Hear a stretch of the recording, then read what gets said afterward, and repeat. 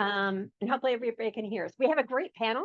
I'm so excited, and welcome everybody to our third Monday of the month. We're now going to be having our uh, Strategic Value Master Series always on the third Monday from now on, because the SBDC took our Fridays. Sorry. So did you get my angry look? Yeah, I get right. Okay, good. Wasn't my decision. Oh, okay. So if you'd like to keep up with what's going on, and you would like to get on our newsletter, I'll put my website in here. So that just go to the website and you can add, and I'll start doing better with my newsletter.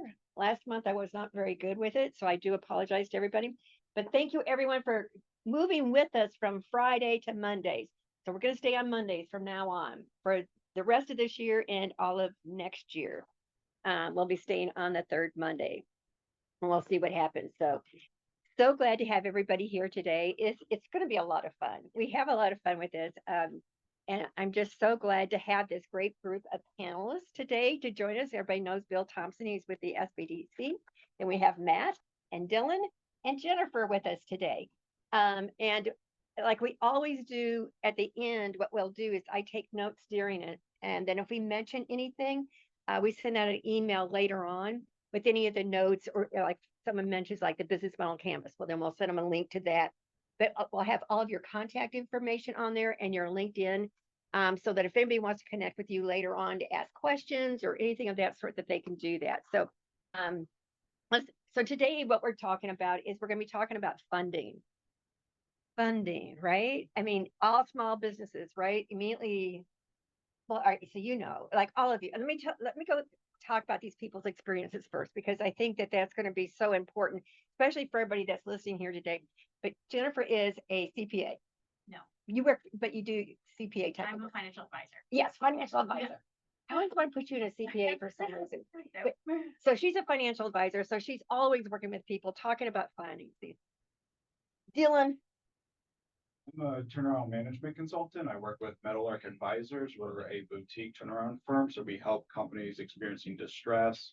Companies concerned about making payroll in the near future, maybe companies who've been impacted by tariffs and the trade war. So we're working with companies nationwide, anywhere from call it 10 million revenue up to 500 million revenue. And while we're industry agnostic, we spend a lot of time in healthcare, manufacturing, transportation, and energy. So that's me. Yeah, and so I think that's an important area that's going to be coming up this fall, as we're starting to see more companies. I mean, my friends that are in the foreclosure lawyers, they're busy right now. Yep. So your business is probably really picking up right now. Plenty of phone calls, definitely related to tariffs and other economic stress that businesses are going through. Bankruptcy filings have definitely been increasing throughout the year and are at a multi-year high. So there's a lot of struggling businesses out there that could probably use some help right now. Well, that's great. And hopefully you're going to give us some advice about what you do with these companies to help them. And Matt, you have such an interesting background. That's a very nice way of putting it. No, it is, because the reason when I first met you and you were talking about everything you did, and we were like, oh my gosh, this guy just sounds just like me. That's the nicest thing you could say on a Monday morning. So my background is I started in politics and did that for about 12 years, bouncing around the entire country.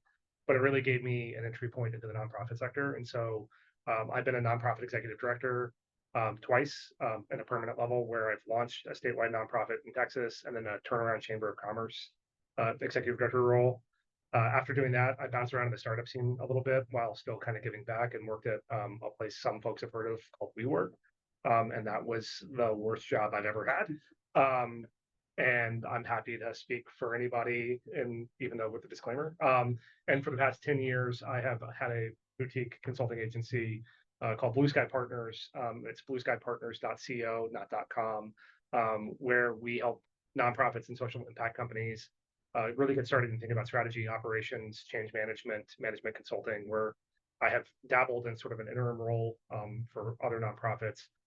And since I don't have kids, I don't sleep. I also teach entrepreneurship at Trinity University, and I've been doing that for about 6 years. And so I kind of wear multiple hats, whether it's sort of the normal sort of bootstrap, getting started, entrepreneurship, lens, or it's the nonprofit social sector, government sector, where think about how to help those folks scale and grow their impact. Do that work for a long time. I know that's what I find is just so interesting is that you've had all these different career choices that have gone through, and I was just like, oh my gosh, just like me. Yeah. It's like he has ADD with work life. Well, and on paper it looks linear, and it's absolutely, it's like, oh, that looks fun. Let's go do that. But yeah, and I mean, it is absolutely. It's like a squirrel, just chase that. Yeah. So are you finding like, I'm jumping ahead, sorry. Are you finding like with nonprofits, are they been hit a lot with everything that's been going on, like the big beautiful bill and stuff of that sort? Are you seeing Yeah. nonprofits really hurting right now? Yes, and it's mostly because of the government shutdown. We're seeing organizations that would be getting funding from HUD or HHS or any other grants where there's just literally not an officer on the other side to hit the button that produces the money back into their accounts. So they are statutorily obligated to continue doing social service work and impact work in the community, and hoping for the best on getting that money to actually come and be reimbursed. And so, I sort of sadly joke that business for me is really good when the economy is incredible, or when the economy is terrible. If things are kind of just in the middle, business is not very good for me. And I will say, like Dylan, I'm getting a lot more calls right now than I think normally would. And so helping organizations, specifically nonprofits, navigate tools like lines of credit or funding or secondary grants or those kind of things that are not typical for a nonprofit, is something we're having to help folks navigate right now. But yeah, no, the current public policy situation from Doge to the shutdown has been catastrophic in some ways for nonprofits, and not just in Texas, but throughout the country. So Jennifer, you've been having a lot of problems with that too, I've imagined. With your clients and working with them and trying to do investments, and like what kind of a return of investment am I getting and things of that sort right now? Yeah, I think that one of the biggest things, so we're kind of like you in that sense of like whatever's going on in the economy, like there's typically some kind of reaction that we have to make on our side as financial advisors. So for example, interest rates start to go up, then usually the market will go down, and now those people want to jump out of the market and we put them into fixed, and vice versa. And so there's a lot of movement. Like you always have to be on the know about what to be watching for. I think right now we were seeing more and more people either stop contributing to retirement altogether, or actually taking withdrawals from retirement because they're trying to make payroll, or they, for whatever reason, they have to take care of that, or taxes are having a big impact. We just had tax deadline last week on Friday. So again, people are having to, shift funds around to create liquidity, to keep up with what's going on. I'm gonna say something else, but I can't remember what it was about people utilizing their funds and what they were utilizing them for, but we'll go to the next Okay. one. Sorry. I haven't forgotten you. You're probably going, was she ever going to come back to me? He's like, no, just go ahead, keep talking. Yeah. So now at the SBDC, so your services are paid for with our tax dollars. How has like the government shutdown affected you? How's the tariffs and everything of that affecting your job at the SBDC? Well, as far as we still have funding as of today, next month may be different, but we have funding as of today. What we're seeing is more and more businesses coming in the front door. They have cut funding on other agencies that we partner with that are no longer there. And so we're really busting at the seams with people coming in the door. The other thing is I'm working with a couple of machinists and a metal manufacturer, and their customers are really slow on paying their ARs. They've got business on the books, but they're not getting cash flow in the door, and they're really hurting that way. You said AR, accounts receivable. Yeah, accounts receivable. Okay. Sorry, I hate people that talk in acronyms. But the Small Business Administration, in the CHIPS Act, there was a push to bring manufacturing overseas back in the United States.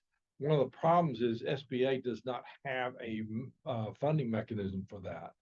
Because if you bring a manufacturer from overseas back in the United States, they've got to build a factory. That could be up to $5 million or better, depending on the industry. and they're not going to get a return on investment for 18, 24, 36 months.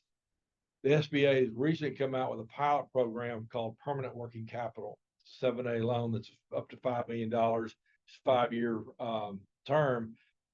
Banks have not picked that up yet. It was a pilot program a couple of months ago.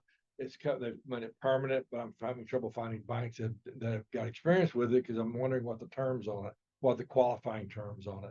Because people are really, like you guys have said, are really stressed right now on cash flow, more cash flow than profitability, but cash flow is what gives you a heart attack. So that's what we're seeing right now.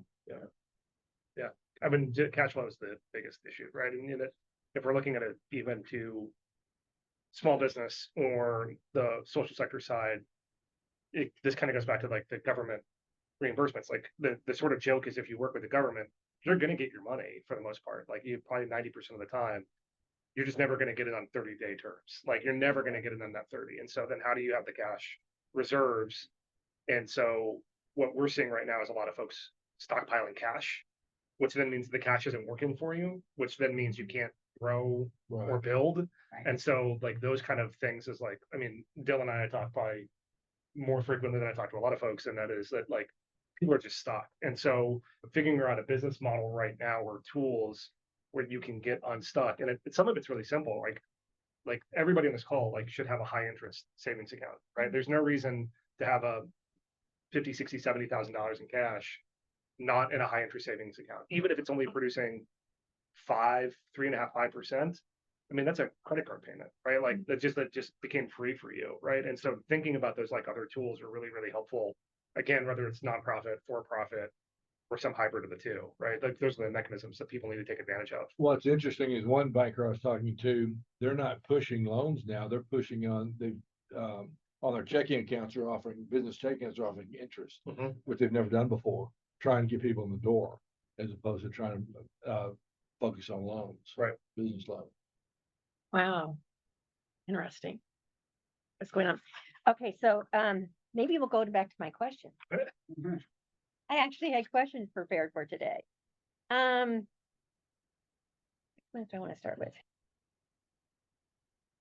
So let's start with Matt. Your work with mission-driven organizations, how does funding differ for social enterprises, and what creative funding sources do traditional businesses often overlook?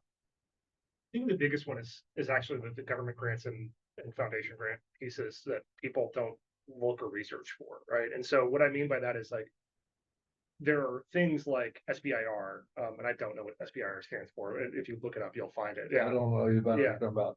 And basically the entire purpose of it is like if it has any sort of defense military application, it is unrestricted money, and it goes, I mean, it's like 50,000, 500,000, 5 million. It's like it's really big tranches of cash, and there's 30, 40, 50 of those kind of programs out there where you can go do a for-profit thing or a nonprofit thing or a social impact thing and know the tranches and the deadlines you have to hit, and it's unrestricted, non-equity diluting, and allows you to like really think about that.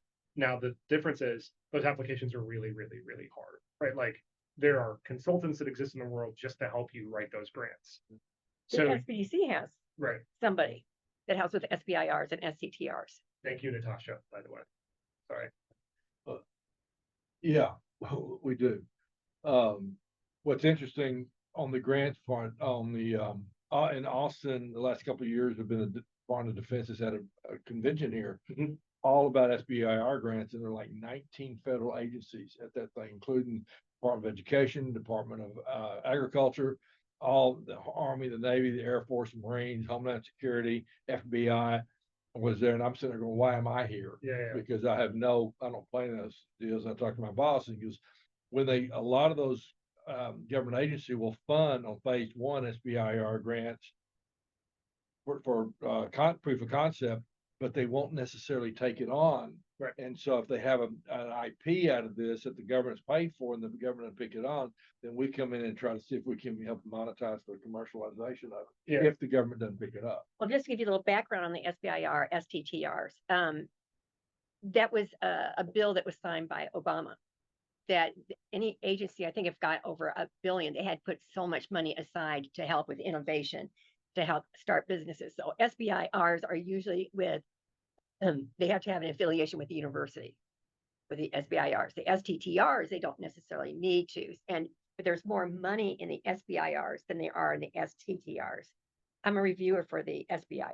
Yeah. So it's the only reason I know anything about it. And then also NSF I-Corps program, that's the whole purpose of that, is to prepare people for the SBIR in trying to do the applications. And those applications, it's just like, it's so important.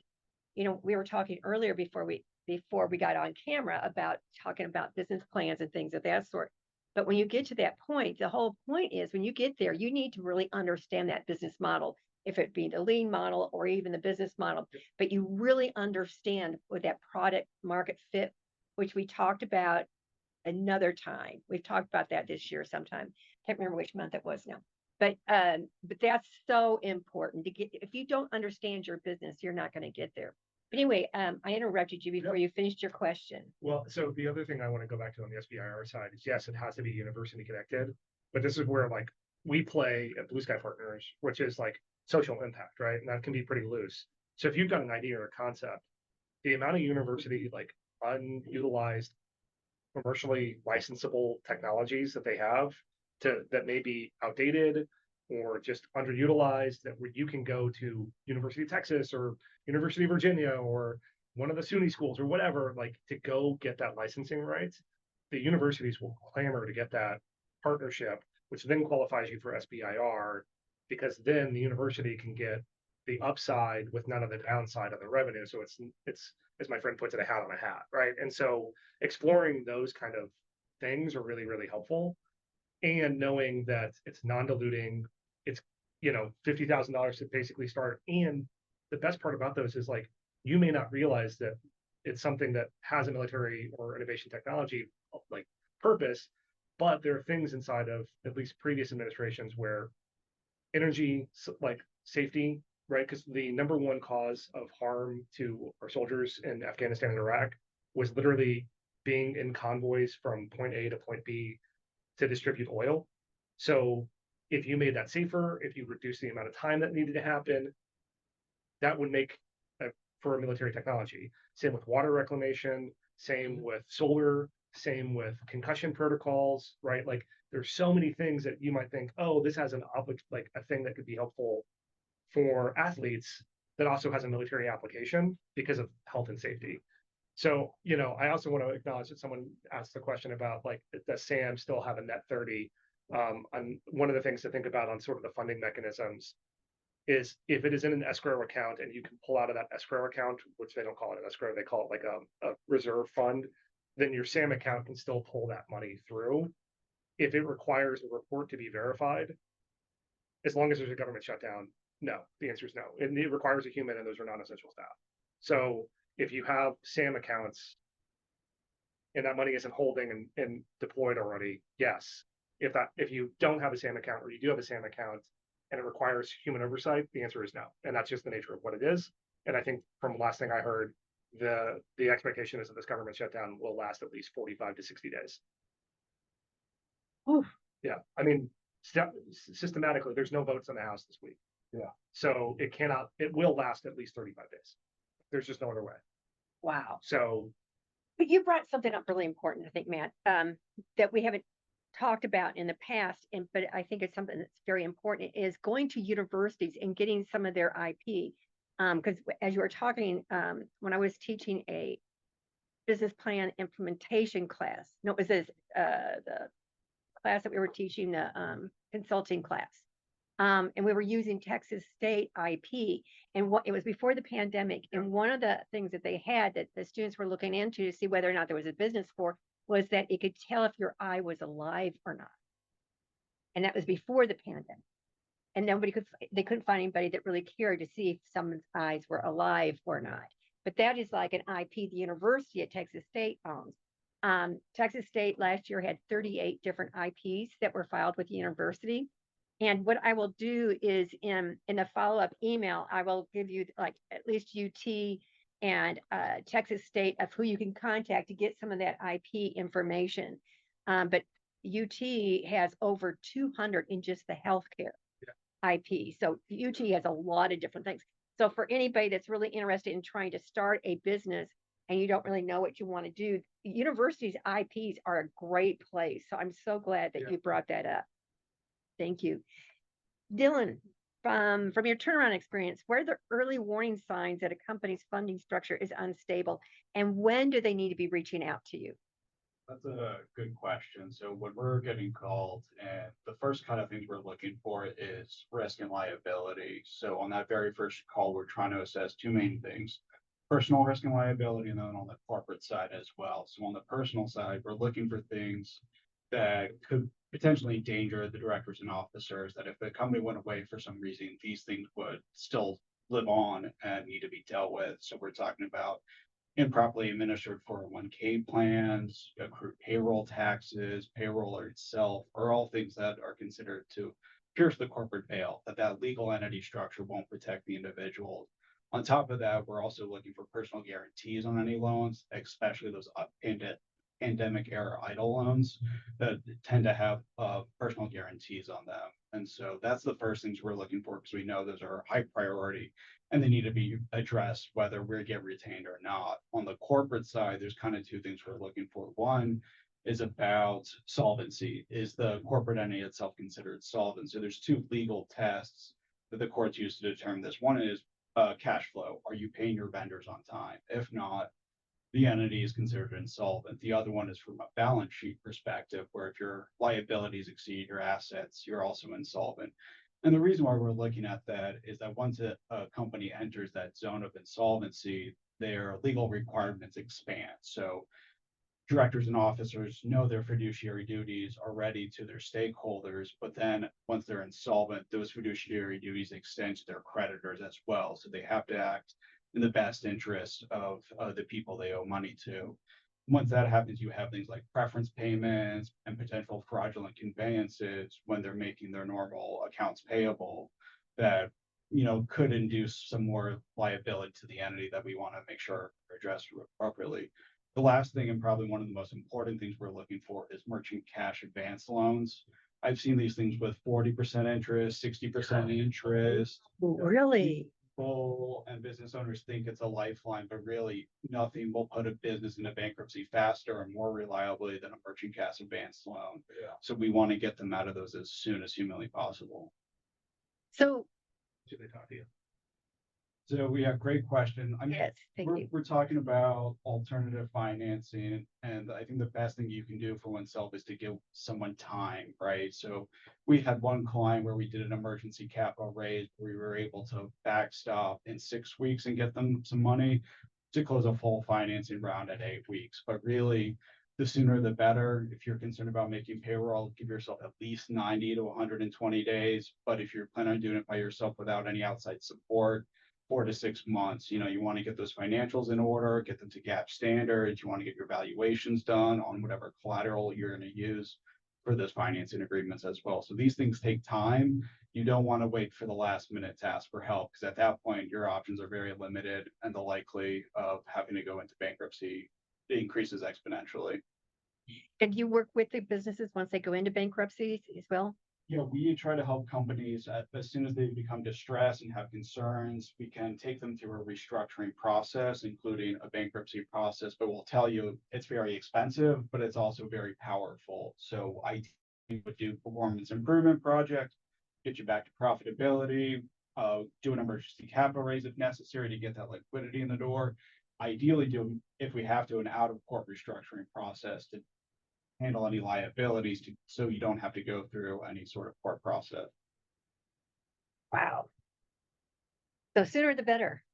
If you're having any issues that you're really worried about payroll, talk to somebody immediately. Do not wait.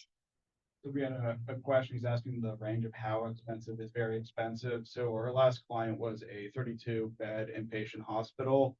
They were doing about 60 million in revenue. I think the bankruptcy cost about $7 million for all the attorneys, professionals, and seeing everything through the other side. So it gets very expensive. So that is why the people that normally hire you are people that are in the what? Oh, so that's why the companies you're working with are in like the 5 to 50 million, right? 10 mil to 500 mil. Yeah, 10. Yeah. So if they're under 10 million, they're probably coming to you then. So there's also, what's referred to as chapter 11, subchapter 5. It's the small business bankruptcy options. It's basically a fast pass to the bankruptcy courts. It's a lot less expensive. And companies on the smaller side can use it as a restructuring process, but there's certain limitations on how much debt a company can have to qualify for that. So it's a great path, a very powerful tool to save a business. Also, if you can do it out of court, keep it out of the courts. I will jump in to say that I have in my life, I'm getting choked up, had to do the chapter 11 subsection 1.5. See, I didn't even know what it is. Because of where I was, and I think I had a company that I had made when I was in my late 20s, early 30s. It was really, really good. And then it was very much not. And I had to go through that process. And it was the smartest thing I did at a young age. I mean, the dumbest thing was to think I could start that company and be ill prepared, right? But like there's lessons in learning. Cool.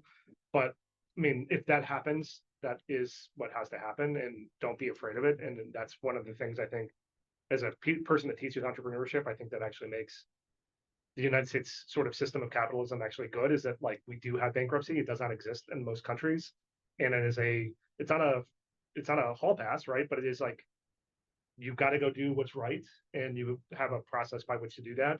And it doesn't follow you around for the rest of your life. You have to get it right, but your house is protected, your livelihood is protected, and it allows you to go either save the company or get out of the company in a process.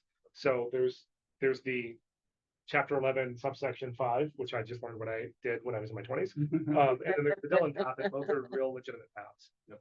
Does the SBDC do services like that? Somewhat. I've got one right now that the one I'm thinking about, the machine shop that is having difficulty, and they have an investor coming in and making a short-term investment. It's a more of a mission investment instead of a full-time angel to help them out. But no, we don't have anything set up for that now. So Jennifer? Yeah. You and I have just been sitting over here listening to everything that they have to say. So lots of things coming from my perspective. I'm looking at it from like the planning side, like the financial planning side of it. And I would say like at this time of the year, if you're concerned or not, the things we've already talked about, your concern should be what are the ways that you can keep more money in your business by minimizing the amount that you have to pay in taxes. Right. So that's a big issue that we deal with, like setting up employment plans, self-employment pensions, things like that. Those simple IRAs have to be set up by October 31st. They have to be established by then. So you do not have that normal, I can contribute to a retirement plan until April 15th when it comes to simple IRAs. So if you have a small business, 5, 10, 15 employees, that's the kind of stuff you can set up early. That can give you some tax deductions. Your healthcare can give you tax deductions, your disability insurance can give you tax deductions. There are some really very, very creative ways to get tax credits. You were talking about the nonprofit sector. We just learned recently about a way where if I have my business, I'm contributing money to a business that has a correlating nonprofit in some capacity, like they're not owned by one another, but this nonprofit exists because of what this company creates. I can buy this product and I can donate it to this nonprofit. And when I do that, I've freed up myself like hundreds of thousands of tax credits.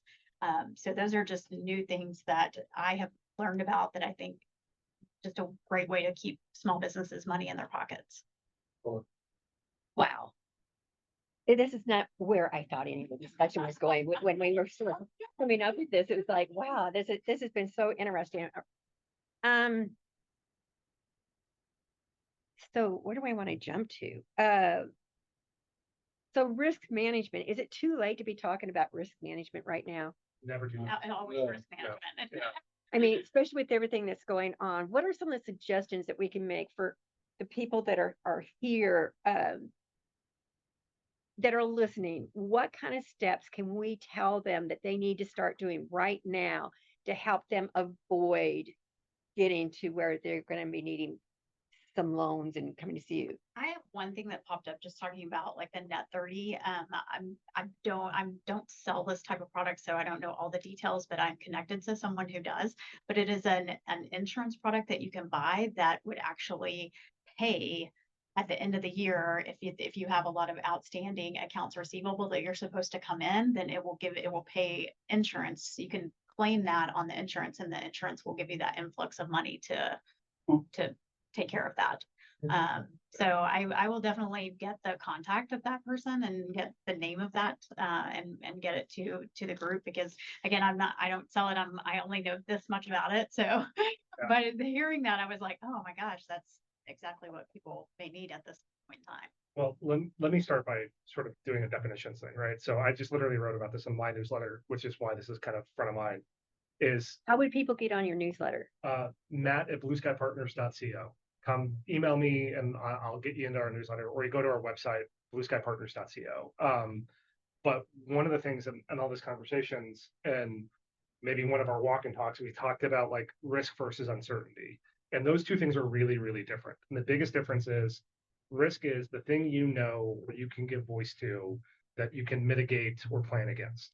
Uncertainty is the thing that you do not know and you are unsure about, and you have no way to take an action, right? And those definitions, I think, are really important, because when we think about risk management, especially in this moment, I think it gets conflated with uncertainty. Like, we don't know if the Fed is going to cut rates or not. We don't know. Like, we have assumptions that we can make, but that is an uncertain position.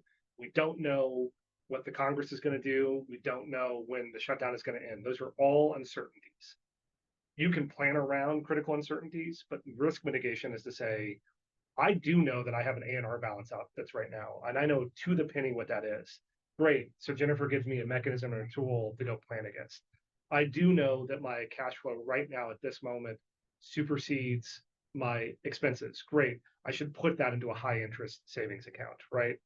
There are a lot of those kind of places and tools that, depending on what you need, you can think about this. I think what Dylan does for a living in change management is the mitigation of risk, right? If you know that you are insolvent, don't wait for you to be like, I haven't paid myself in 6 months and I am bent backwards and keeping myself up at night. Talk to Dylan and he can mitigate your risk. If you're in the creation of, great, diversify your revenue streams, right? Like, go get and be a client, not just like a vendor, but like go be a client of a nonprofit. Like, when I hear you talking about some of the workforce development stuff, I know 15, 20 nonprofits just in Austin, Texas, that have pipelines of folks that have been touched by the criminal justice system or have been traditionally unhoused or whatever, that need to place people into skilled trades. If someone can go teach them how to do skilled trades, the nonprofit will pay those people to teach a skilled trade. It's a brand new revenue stream. Then there's another set of organizations on the other side that will pay you to place them into jobs, whether that's in construction work. Those are really untraditional ways to generate revenue. But at this moment, if you can go get 2 or 3 of those that create $20,000, $30,000 in new revenue a month or a quarter, that's a way to mitigate against risk. And so thinking sort of about the untraditional or non-traditional ways to get revenue, you don't just need to sell a product. You don't need to sell just a ware or a widget or your time. There's sometimes having networks can be a profit-making generation piece. So it does take, I think, I love the lean model canvas. We've talked about the business model canvas. I think documenting those things and then seeing where there's opportunities to get new revenues or reduce your costs, though, that right now is the thing I would go plan for. So how do you find these different alternatives? I mean, because we're asking people to think outside of the box, right? We're trying to say, here's it, find a new revenue stream. How do they learn about these different ways? Where can people go to get this information to help them? I mean, everybody seems to be all scattered across the country, right? So the places I would look to would be opportunities like this, right? Like I just kind of threw one out with the caffeine kicking at 10 o'clock in the morning. Others are there nonprofit capacity builders that, in Texas, we have One Voice Central Texas, which is the governor's office. We have Mission Capital. We have all these other things, foundation communities and community foundations, depending on how they're phrased in your community. That's where I would go. I would be hesitant to rely on AI tools too much, because they are heavy in process and the level of they're going to go to the things that are searched for the most. They are self-replicating. And for the most part, those identified places don't have those kind of programs. Meals on Wheels, Habitat for Humanity don't have programs like that. They are the endpoint, not the initiator. Mhm. So when I think about that here again in Central Texas, I'm thinking of Building Promise USA, Hungry Hill, the other one's Foundation, like those more entry-level places, because they need to go route through it. Another good trick is look at what has been grant funded, whether it's city, county, or the state or feds, right? Because they're giving you the network map. And then I think at the end of the day, it's just ask questions, right? Like I think all of us on here would be more than happy to have a 15 or 20-minute conversation if your goal is to go help be sustainable and pay your people and not stress out. And oh, cool, you might do some social impact at the same time. Love that. But it's you got to network. You just gotta, I mean, I can make these connections because I've been in the space for 30 years at this point. Right. So Dylan, you brought up some things you were talking about if people had done guarantees on loans and things of that sort. When people are getting distressed right now because of the tariffs, they're not making payroll. They have more accounts payable than they have accounts receivable. They're really stressed right now. And so they're going to make some really poor decisions. What can we tell people not to do? What are some of the poor decisions that you see people do? Like, is it doing a personal guarantee instead of leaving it with the company? What advice do you have to people? Do not do the manufacturer's loan, right? Do the merchant cash advance loan, Right. Loans. Yeah, that's obviously what not to do. I think I would point more to people what their options are, right? Liquidity is everything. You want to buy as much time as humanly possible to make good decisions, especially in an uncertain environment like we have with tariffs that seem to be changing on a daily or weekly basis that could radically impact one's business. So where can a company find sources of liquidity? And that's all going to depend on your current timeline today. When are you going to potentially run out of cash will ultimately be the biggest determining factor on financing strategy. So you could potentially pursue asset sales, or do you have a division of your company that's probably non-core that you might be able to sell off to somebody else? You might be able to do vendor financing, either going from net 30 to net 90 on the accounts you pay. If you're even a critical vendor to some end user, you might even be able to get financing for them directly to make sure your company survives. We've done that strategy in the past. There's asset-based lending, so you can get lines of credit based on your accounts receivable, your inventory, your PO potentially, real estate of the business. So that's another source of cash. There's also private credit lenders who will lend into companies who are currently making money and are willing to take more risk, as long as they firmly believe what the turnaround plan is going to be. So if you hit a pocket of distress, they need to know, hey, things are going to be okay. You've worked through the issue and have a lot of credibility on how you're going to get through it.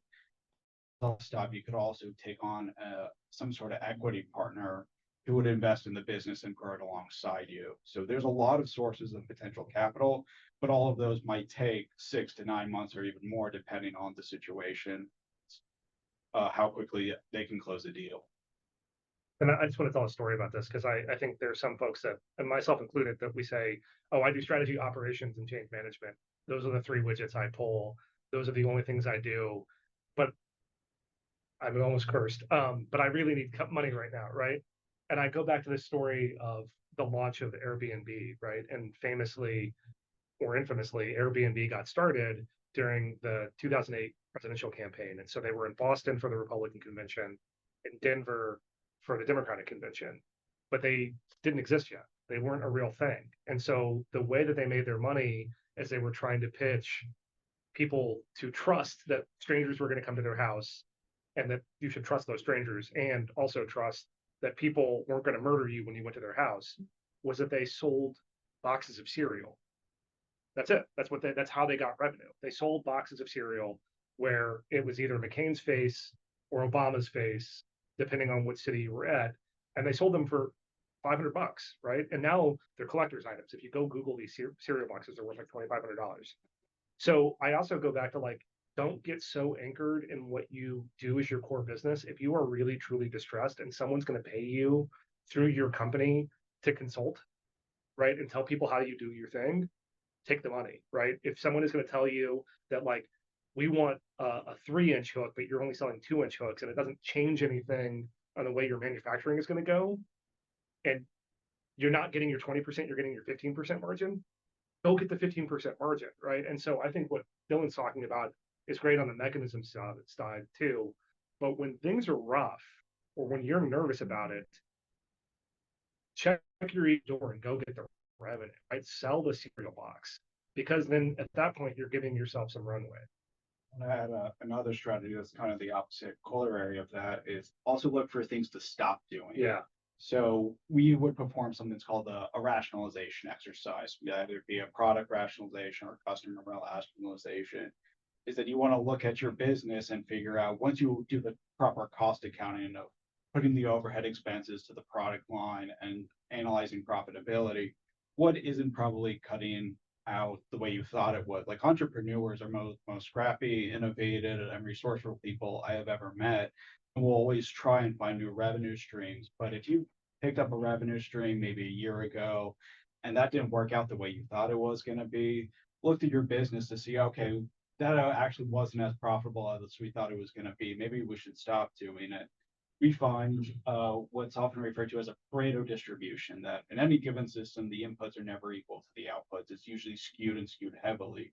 Oftentimes, like 20% of your customers are responsible for about 80% of your profits. Right. Whereas that long tail, that 80% of customers, you could probably either restructure and figure out how to make it more profitable, fire your customers because they can often cost more than they actually produce in revenue or in profitability. And so just kind of going through that analysis process of, hey, what can we stop doing today that can make the business, it's going to be a smaller business, but it's going to be a more profitable business that allows you to grow more in the future. So those are kind of those go-to strategies that I would think of pursue. Man, and I love that you said check your ego at the door, right? I mean, check your ego. And if you're a smaller type of business and you're coming to SBDC, check your ego at the door. Come in and talk with Bill and have him help you. If you don't know how to analyze your financials, get with a financial planner, get with the SBDC, get with somebody that will help you understand your financials. And I was thinking, Dylan, as you were talking, it's like throwing, good money after bad, right? You don't just check your ego, get rid of that. If it's not going to be working for you, yes, admit it that you're wrong. Throw it away and let's go where we can start making money, but have somebody help you do that. And so I've really encouraged people, if you're not sure about how to do your financials, get with somebody who can help you with it. You can be a banker. It could be with the SBDC. I don't know about, is SCORE still around? It's still around, yeah. Yeah, I mean, SCORE, but find somebody, ask for help, right? Don't do it alone. I mean, because I've seen where people get desperate and they'll make really poor decisions. Don't do it alone. We get the financials so they accurately reflect what's going on in the business. And there's SCORE, there's us, there's EGVI, Big Austin is back in town now. Oh, good. So there's resources out there. They're either inexpensive or free. And I can't advocate nearly enough for chambers too, right? Like, if you're not in Central Texas, those are great organizations, but like every community has a chamber of commerce. Most communities have a like an ethnic chamber, whether that's a Hispanic or Black chamber or gay and lesbian chamber or youth chamber. Like, there's no reason not to rely on them. They have people that literally pay them membership dues to be deployed to help other folks or become vendors. So they're looking for folks to like refer to other members. Like, the chamber infrastructure, I think, has I think the very public facing piece, but the private internal piece is really where the power is. And I can't tell you, like, I know nothing about finance. I know enough about law to be dangerous because I did politics for so long and policy, and I know nothing about HR, right? So those are the three things I have people I either pay money to help me with or have friends that will help me with that because I'm an idiot, right? But like, I know how to keep a business like the lights on, for better or worse. And part of that is like, I don't touch HR and I don't touch the law. And I found every single one of those folks from either ACC or the chamber or EGBI or one of those sort of other people. Also in the rural areas, most rural small towns have an economic development officer. And they have one person for retention and expansion. And those people are helping people retrench, business owners retrench. in hard times. And universities too. They might Yeah. be a good source too. Oh, yeah. Jana, there's a person's got their hand raised. I don't know if you're taking external questions. If you do have, yeah, they put it down. So if you do have a question, please put it into the chat, all right? Because we can't have you put you on audio to hear your question. So if you would just put it into our chat, and hopefully we'll see it. Because I want you to know the guys on the other side of the table, they're watching the chat. Yeah. I'm not watching it. Because I have my back to it. And So I'm trying to incorporate things I see as I. yes, yeah. yeah, thank you so much for doing that. And Jennifer, Yes. what are some of the, I don't want to say dumb, but it's dumb. What are some of the stupid things that people have done when they become desperate that you've seen that you would like to tell people, please don't do that?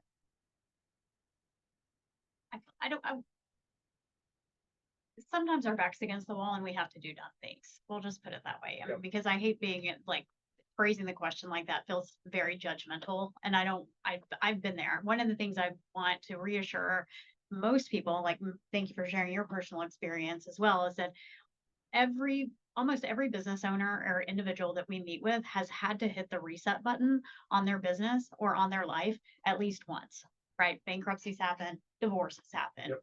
deaths in families happen, right? Like illness happens. So things happen and we just have to say, yes, this has happened and we have to move forward. So that's the first thing I want to say before I say this. If you can avoid pulling out of your 401ks early, avoid that, right? You're paying taxes and penalties on that at a time. If you are going to do it, meet with a financial advisor so you can utilize a strategy for that. So let's talk about like, how are you utilizing this? Why are you utilizing this? Are you utilizing this money because you want to flip it into an investment profit? If you are, is there a way we can do accelerated depreciation on that type of property and make it further to your benefit and kind of earn you back some of that tax and penalty that you would be paying on that type of stuff. So I would say that's the first thing. If you can avoid that, that's the major thing that we see is like people taking the hit on those things early. Not having, and I know it's kind of not having a proper emergency fund in the first place, like expanding too soon. If that's the plan is to expand, you want to make sure that you have at least like an emergency fund that would operate your business for a year. And I understand that's not always possible, right? And I would have a Especially right question now. for you, Dylan, right? Especially right now is a question would be is at what point do they whittle that emergency fund down before they start to seek out some of these alternatives? Because you were saying 6 to 9 months is how long it takes to get some of these new investors and things like that on board. So would you say that if they do have a healthy emergency fund and they do start to see themselves dipping into that more and more, what should be like their emergency time frame of saying, okay, I can get ahead of this now, but if I wait until it's been 9 months, like, is that too late? I mean, I would definitely say the sooner the better. The more options you have, the cheaper it ends up being ultimately. 6 months till you can make payroll would be nice. I mean, obviously in a desperate emergency, 6 weeks, but that the further you go, the less options you have. So it's always better to ask for help sooner than later. I think it's important too to know, and I know we're talking about funding and sometimes you're not at that point, but what to do when times are flush, right? Like how do you take care of the money that you have once you have established what that red line emergency fund is, that 1 year's worth of the operating expenses? What am I doing with that money after that that I could then utilize potentially in some of these times? So like a lot of people don't realize that their corporations or their S corps can actually own securities accounts. And when they have these securities accounts, they can do securities backed lending for themselves so that they can take loans, from their, like basically establishing their own line of credit versus having to go to the bank and paying those interest rates directly through them. So knowing those kind of things as well is helpful. So we're starting to get low on time. So let's start thinking about wrapping it up here and giving some real advice to people. And I mean, the big thing I'm taking out of this right now, from our discussion is it's scary to ask for help. I mean, you feel like you're stupid, but you're not. Please don't ever think that you are stupid. I mean, sometimes we look back and go, oh, I can't believe I made that, made that decision. Well, you made the right decision with the information that you had at the time. And you don't have the information right now. And if your business is not doing well and you're having trouble with cash flow, please go and ask somebody for help. Do not hesitate to do that. But I also want to leave on an optimistic note. So, what can we advise people about how to start planning for the future? What should they be doing that they can help plan for the future in these desperate times? What piece of advice would you give people right now that there's hope for your business? I think the first thing is once you get your finance, if your finances are not in order, get them in order, and then project out what it's going to look like going forward. If you're going to use a factoring, figure out what the actual cost of that factoring is. I've seen one gentleman I was working with. He said, "Well, they're charging me 2% on my money. 2% 12 times a year is 24% annualized interest rate." And I couldn't get his attention as far as that was an expensive interest rate. So the projecting out, look at where it's going. I like what you said as far as the goal is to be able to fund your own working capital, that you have the funds and everything that you can fund your own working capital. And that way you're not stuck to the bank. I worked with a guy one time going great guns. He had a great business model, and SBA called his loan like that. So we need our money back in 30 days. And so that can happen. The bank got scared and recalled the loan, and he was making his payments. He was doing nothing wrong. And he scraped and paid it off. I come along from the SBDC and he goes, "I don't like you." And we're friends, but he's not going to do business with anybody with a government with an S in front of it. So yeah, it's really better if you can get to the position where you can fund your own working capital, and it is possible. You just have to plan. That's exactly the word I was gonna use, is that you have to plan, right? And I think that so many people feel paralyzed, like they can't make a plan because they feel so bogged down and suffocated from where they are right now, but you can still make a plan. It's a baby step plan. But sometimes just having that pathway forward, like you guys have talked about, that's a difference maker. It's a difference maker in your attitude and your mood and your mental health and your stability that you have in the business. And there are people, like you said, Matt, the chamber people and networks, like people are here to help. We want people to be healthy mentally and business wise, and you've got to find friends in the business. So. And part of that is getting to the point that you're working on your business as opposed to in your business. Sure. Because if you're working in your business, if you're filling orders at 10 o'clock at night, you're the CEO, you're not going to be able to back up and do that type of planning that you did there. So I think that's a big point, right? So like this time last year, it's easy for me to say now. It's like, oh, roses and buttercups and rainbows and everything's great. And like, take my advice. But this time last year, I had 2 business partners that had just exited, and we had $68,000 in debt. That was, and not enough revenue, right? So our A&R balance was totally upside down. And so, I had to both work in the business and figure out a way to get out of the business as quickly as possible. And like, we're still not at the spot where I have a year's long contingency and reserve, but I do know what that number is. And for us, it really is, I want to have 6 months, right? Because we are a service company. Yeah.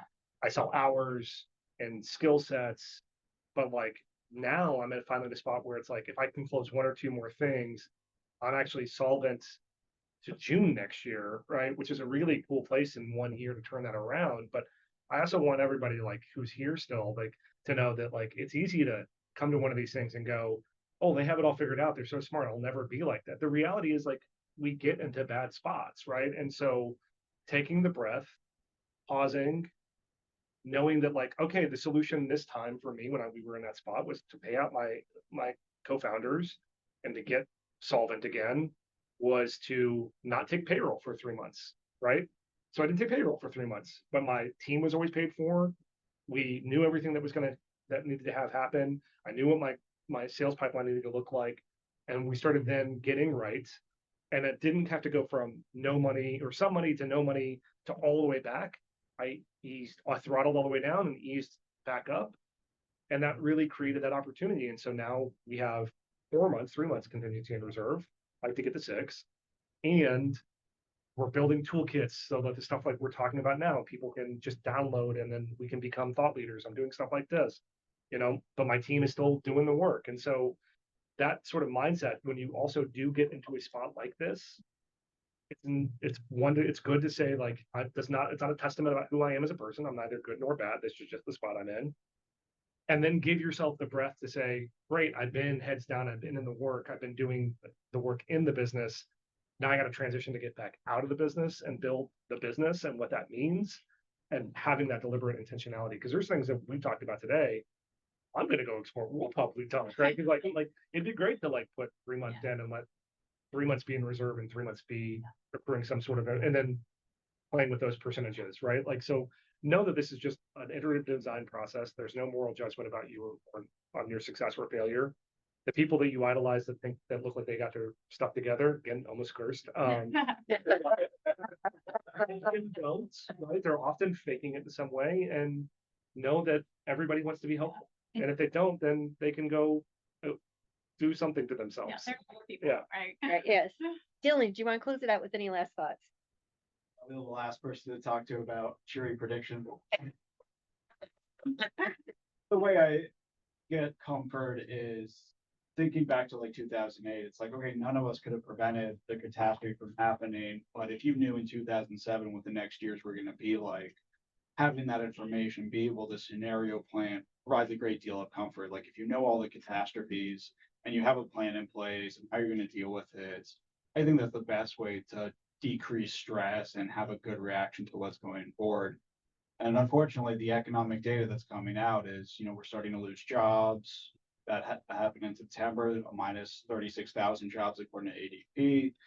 All the other macro data is pointing towards, if not a recession, a contraction over the next 12 months. So I would say, write down all your worst fears and then write down your plans on how you're going to mitigate those things from occurring, and have a plan in place if those things do occur on how you're going to get back to standard. So, not the best news, but, that's what I have at the moment.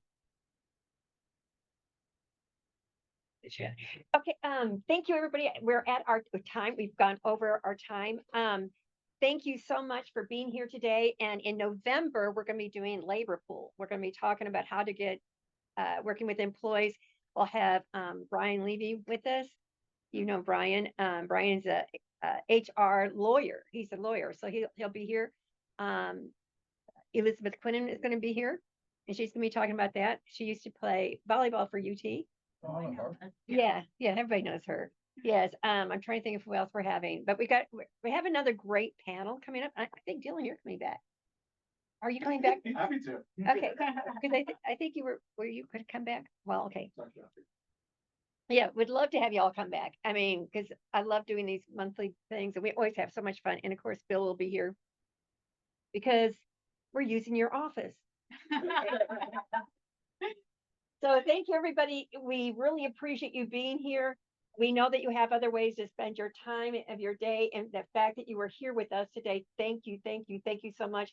And then Jane will be emailing out all the contact information, the people that we had here with us today. So thank you for being here, and we'll see you next month, 3rd Monday of November. Don't forget, I almost forgot. It's on my calendar.